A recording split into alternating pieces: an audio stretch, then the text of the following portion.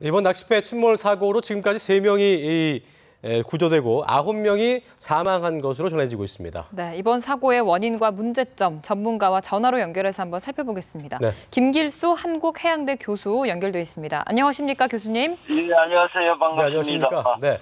자, 교수님 먼저 이번 사고의 원인 어떻게 보고 계십니까? 사고의 원인은 근본적으로 이제 높은 파랑 때문이라고 할 수 있겠는데요. 높은 파랑이 연속해서 이 배를 덮쳤다고 하면 네. 처음 한번 덮쳤을 때의 배가 경사가 되고 그다음 파도에 이 배가 전복이 됐을 가능성이 일단 있고요. 예. 또 아까 그 생존자 말씀이 엔진이 고장났다고 말씀하셨는데 혹시 이제 엔진이 고장이 나면 배가 이제 추력을 잃으니까 이제 파랑 쪽으로 서거든요. 그러면 네. 그 파랑이 이제 배를 밀어가지고 배가 바로 전복이 될 수가 있습니다. 지금 저희 연합뉴스 TV 화면에도 배가 뒤집힌 장면이 나갔는데 완전히 거꾸로 이렇게 뒤집혀 있습니다. 지금 9.77톤의 돌고래호인데 그 당시 풍속이 9에서 11m 정도에 달했단 말이죠. 이 정도면 견디지 못할 정도의 상황이었나요? 당연하죠. 예, 그렇게 10톤 정도밖에 안 되는 배는 그런 큰 파랑을 감당할 수가 없습니다. 네. 우리나라 그 선박관련법에 보면요, 항행구역이 다 정해져 있습니다. 그래서 이런 작은 배들은 주로 평수구역이나 연해구역 정도를 다니게 되는데 되는 이런 배가 어떻게 그렇게 제주도 근해까지 나갈 수가 있었는지 그 부분 정확하게 한번 진단해봐야 될 필요가 있을 것 같습니다. 교수님, 이 배를 타시는 분들이 이제 한두 번 나간 게 아닐 거잖아요. 그렇다면 그렇겠죠. 선장도 상당히 베테랑일 텐데, 그리고 당시에 풍랑주의보도 일어나지 않았기 때문에 아까 그 동호회 회장님도 배가 나가는데 문제가 없었다고 얘기를 했거든요. 예. 그랬는데도 이렇게 그게 무리스러웠다고 봐야 될까요? 그 배에 대한 그 통제가 지금 안 되고 있는 것 같습니다. 그래요? 예. 선의 경우에는 운항관리사나 그다음에 선박안전관리자 등등 해경에서 통제를 잘 하고 있거든요. 네. 그런데 낚싯배에 대해서는 그런 시스템이 이제 잘 안 돼 있는 것 같습니다. 풍랑과 파랑이 굉장히 세잖아요. 그런 예보가 들어왔으면 당연히 이런 배는 통제가 돼야 마땅합니다. 자기들이 나갈 수 있겠다고 판단한 것은 주관적인 판단이고요. 예. 국민안전처에서 이 부분 어쨌건 정확하게 통제를 해야 될 사항이라고 생각합니다. 그렇군요. 자, 교수님, 승선자와 탑승자 명단이 일치하지 않은 것도 문제인데요. 실제로 낚시용 선박의 경우에는 탑승 전에 탑승자를 일일이 확인하지 않습니까? 어떻습니까? 그 탑승자를 당연히 해경에 신고를 하고 해경은 이걸 반드시 확인을 했어야 됐겠지만 어찌 보면 또 이 부분도 우리나라 사람들이 문제가 있는 부분이죠. 형식적으로 그냥 서류상으로만 진행되었을 가능성도 있겠죠. 그러니까 탑승자 불이치하겠죠. 그렇군요. 네, 이게 레저선 같은 경우에는 신고도 자율적으로 하고 또 말씀하신 대로 좀 형식적일 수도 있기 때문에 좀 느슨하게 관리가 되는 가능성이 있었을 것 같은데 레저용 선박이라는 이유만으로 이렇게 좀 느슨하게 관리가 되는지 좀 걱정이 됩니다. 예, 이 레저선이 지금 선박 안전의 사각지대에 있습니다. 네. 이번에 정말 또 안타까운 사건이 일어났는데요. 이런 사고를 기점으로 레저 선박에 대해서 정확한 관리하는 절차를 만들어야 된다고 생각을 합니다. 네. 일반 내객선은 다 아시다시피 운항 관리자나 안전 관리자 등이 잘 이제 관리를 하고 있습니다. 현재로서는요. 네. 그런데 이제 요 레저보트, 낚시배 이런 것들은 지금 관리가 제대로 안 되고 있는 것 같습니다.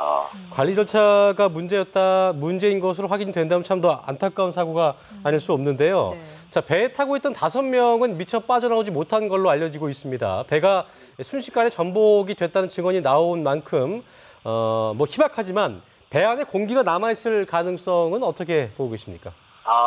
배 안에 공기가 남아있을 가능성이 별로 없죠.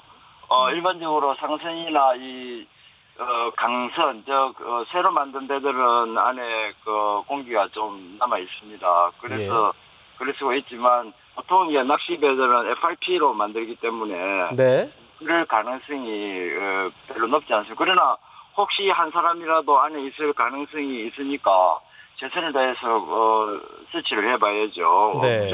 해봐야죠. 예, 우리가 그 세월호 사고 이후에 배 사고에 대한 트라우마가 있기 때문에 국민들이 그 이후로 굉장히 선박 안전 규정도 까다로워졌던 걸로 알고 있는데 이번에 구조된 사람들 보면 구명조끼를 안 입고 있었습니다. 이 부분은 어떻게 보십니까?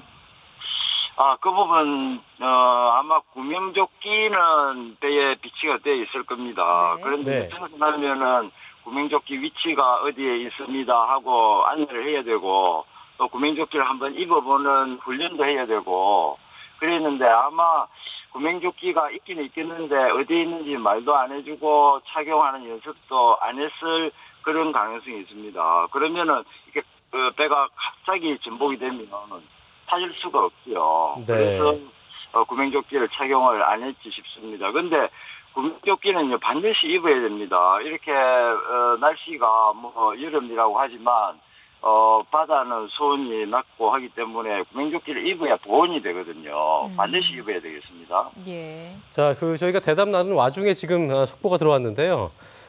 현재까지 3명의 생존자가 나온 가운데 돌고래호의 탑승자 시신 2구가 추가로 발견이 되면서 총 10명, 11명이 아닌가, 아까 9명이었으니까요. 네. 2구가 발견되면서 일단 11명, 10명에서 11명이 사망이 확인된 것으로 알려지고 있다는 소식이 들어왔습니다. 다시 한번 말씀드리겠습니다. 3명의 생존자가 확인됐고요. 현재 그 돌고래호 탑승자 시신 2구가 현재 추가로 발견되면서 저희가 9구라고 말씀드렸기 때문에 총 11구가 추가로 발견됐을 가능성이 커 보입니다. 자, 지금 들어온 소식이고요. 자, 교수님, 그 돌고래호에 타고 있던 탑승객들 이 모집을 부산에 있는 업체가 온라인상으로 진행했다고 하더라고요. 이 부분은 좀 문제가 없다고 봐야 될까요?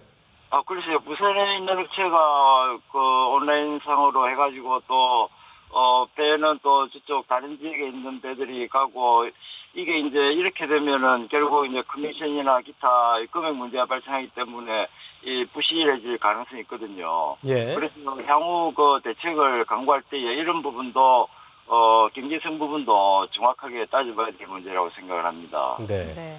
사망자 수와 관련해서 네. 정정해 드릴게요. 11구가 아니고 지금까지 총 10명이 사망한 것으로 확인이 됐다는 소식입니다. 저희가 뉴스 들어오기 전에 8구까지 확인됐었고 네. 또 뉴스 초반에 한 구가 확인됐고 지금 또 추가로 발견이 돼서 총 10명이 사망했다는 소식이 들어왔습니다. 네, 사고 선박인 돌고래호의 이상 신호가 감지되고 나서 그리고 해경에 신고되기까지 그 사이에 시간이 좀 오래 지체된 게 아닌가 싶은데 사고 후에 대처는 제대로 이루어졌다고 보시나요? 그 부분이 정말 안타깝습니다. 네네. 일단 사고가 나면은 신속히 관계 당국에 연락을 해야 되거든요. 그래서 관계 당국이 빨리 출동을 했으면 사망자 수가 상당히 줄어들었을 겁니다. 그래서 연락을 먼저 취하지 않은 것이 너무나 안타까운 일이고요. 네. 근데 이제 해경은 연락을 받고 나서 제가 계산해 보니까 상당히 신속하게 행동을 하는 것 같습니다. 네. 중요한 게 이제 신속하게 하는 것과 대규모 자원을 투입하는 것과 광범위한 구역을 수색하는 건데요. 일단은 신속히 한 것 같은 판단이 되고요. 지금 굉장히 많은 배들을 투입을 해가지고 수색 구조를 하고 있는 것 같습니다. 그래서 그 부분에 대해서는 어느 정도 잘하고 있다는 판단이 되는군요. 네, 알겠습니다. 지금까지 김길수 한국해양대 교수와 말씀 나눠봤습니다. 고맙습니다. 고맙습니다. 감사합니다. 수고하세요. 네.